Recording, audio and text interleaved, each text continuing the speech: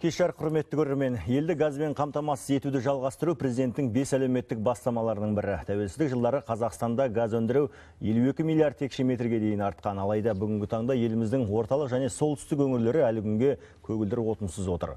Президент айтқан Қараөзек, Жезқазған, Қарағанды, Теміртау, Астана бағытындағы газ құбырын салу уақытылы жүзеге асама. Қазір қандай жұмыс атқарылып жатыр? Бүгінгі біздің басты тақырып елді газбен қамтамасыз ету. Студияда энергетика министрлігі газ өнеркәсібін дамыту департаменті директорының орынбасары Демеу Сейітжанов. Демеу, қош келдіңіз студиямызға. Аталған бағыт бойынша газ құбырын салу жалпы басталды ма? Жұмыс қалай жүріп жатыр? Бастар алдында жалпы осындай шешімге қалай келдік, газ саласында қандай жұмыстар істелгеніне айтқым келіп отыр.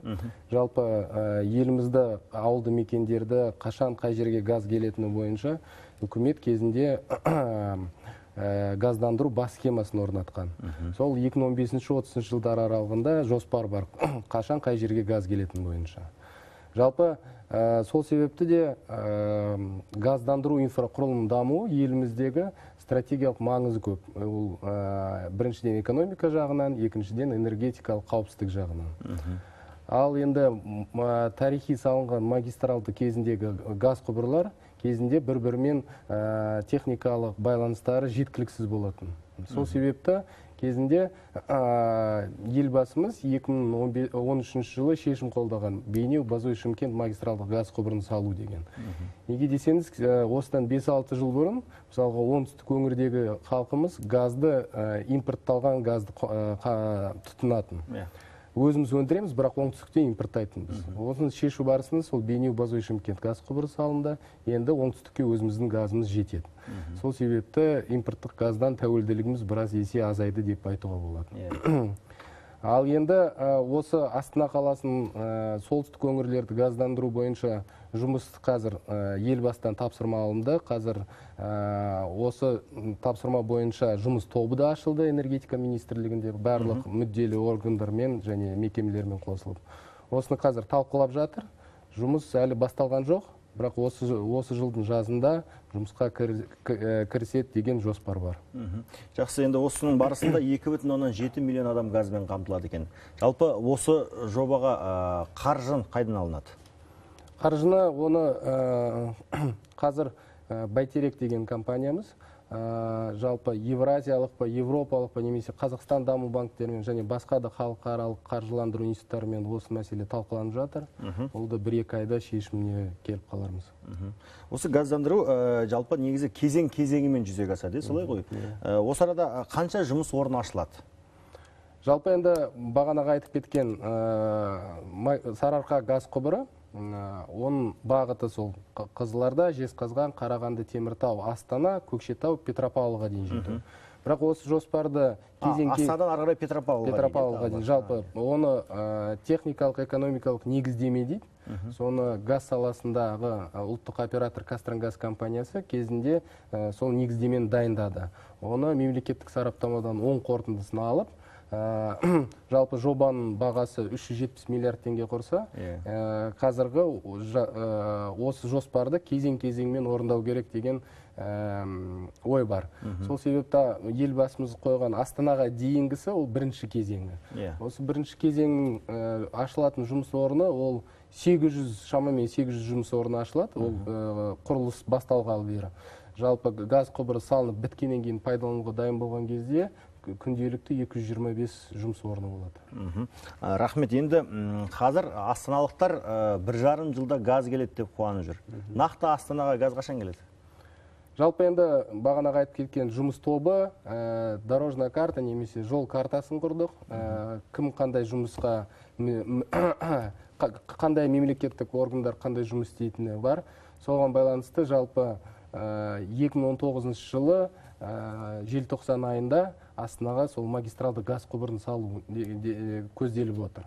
Дегенмен енді магистралды газ құбыры келе салды деп, ол Астанадағы барлық еліміздің тұрғындарына газ барады деп айтуға болмайды. Жалпы ол қалаға келуімен, сосын қаланың ішінде кезең-кезеңмен газдандырылады. Сол себепті бірінші газ тұтынатын ол ТЭЦ 1-2 водогрейный котлы немесе су қайнататын қазандықтарды соны газға көшіру. Сосын өзі жергілікті әкімшіліктер олар шешеді, қаланың қай жер бірінші кезең, екінші кезең сөйтіп біртіндеп ақырындап газдандырамыз. Демек 2 жылда құбыр салынып бітеді, бірақ ол газ келеді деген сөз емес, Газ келеді, бірақ біртіндеп барлығына сосын келеді. Жақсы, кезең-кезеңімен жүзеге асады. Түсінікті. Енді зиянды қалдықтарға қатысты айтсаңыз осы жерде. Қазір Астанада сөздің шыны керек, кейде көк түтінге түн шығып жатамыз. Осы мәселе қалай шешім табады?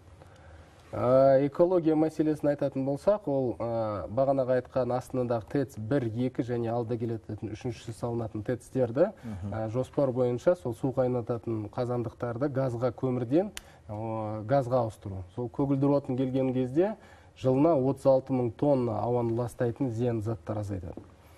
Сол біріншіден, екіншіден ол жалпы экологияға ол қазіргі біздің автотранспорт дейді.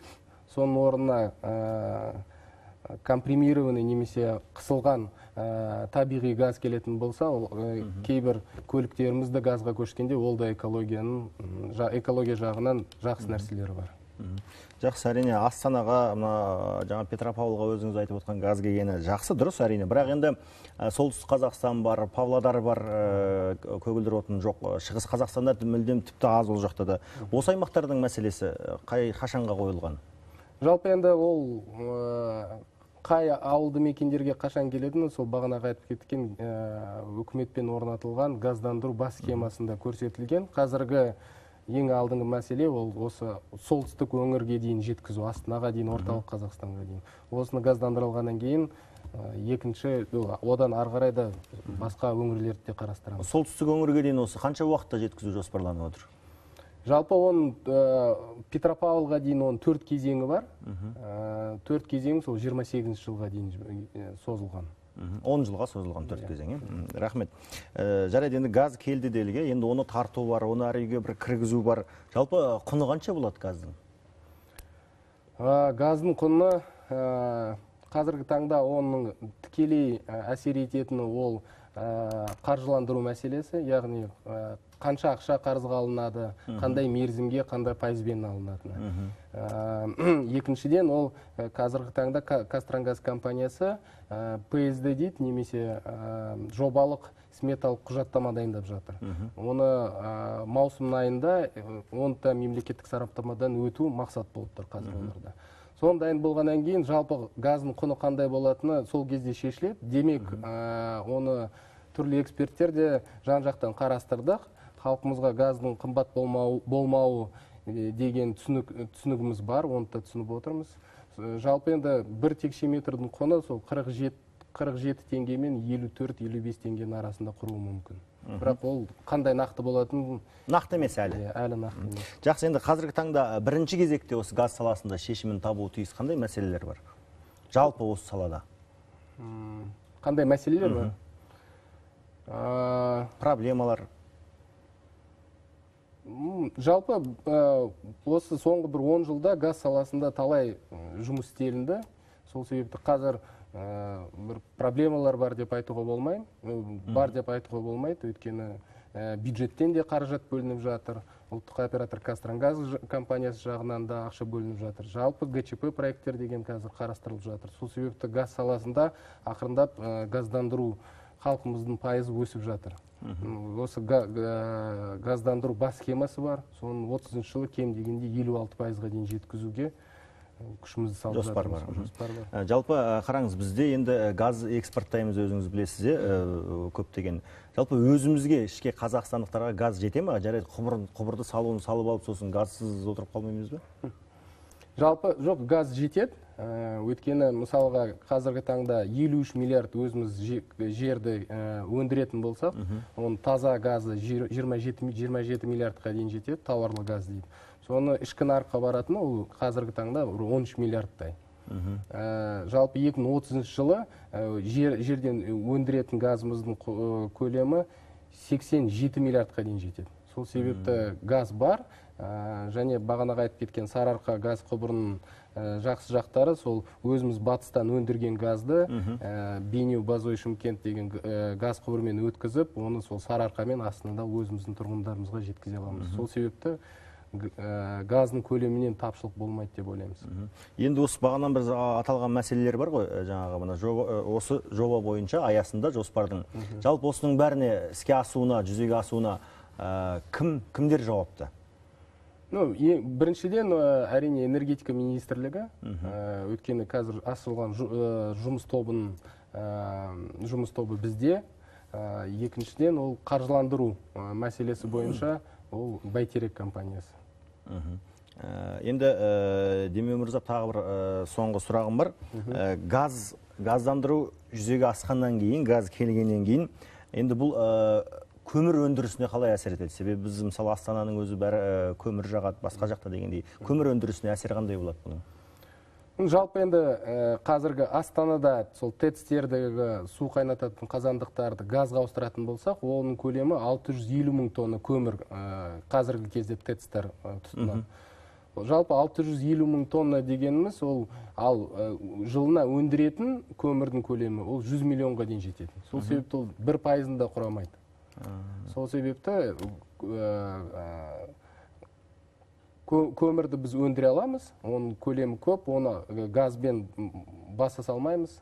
Ол біріншіден, екіншіден, жалпы көмірдің ол тағы арғара өсетін бағыты ол көмір химиясы деген бар. Сол жаққа қарай.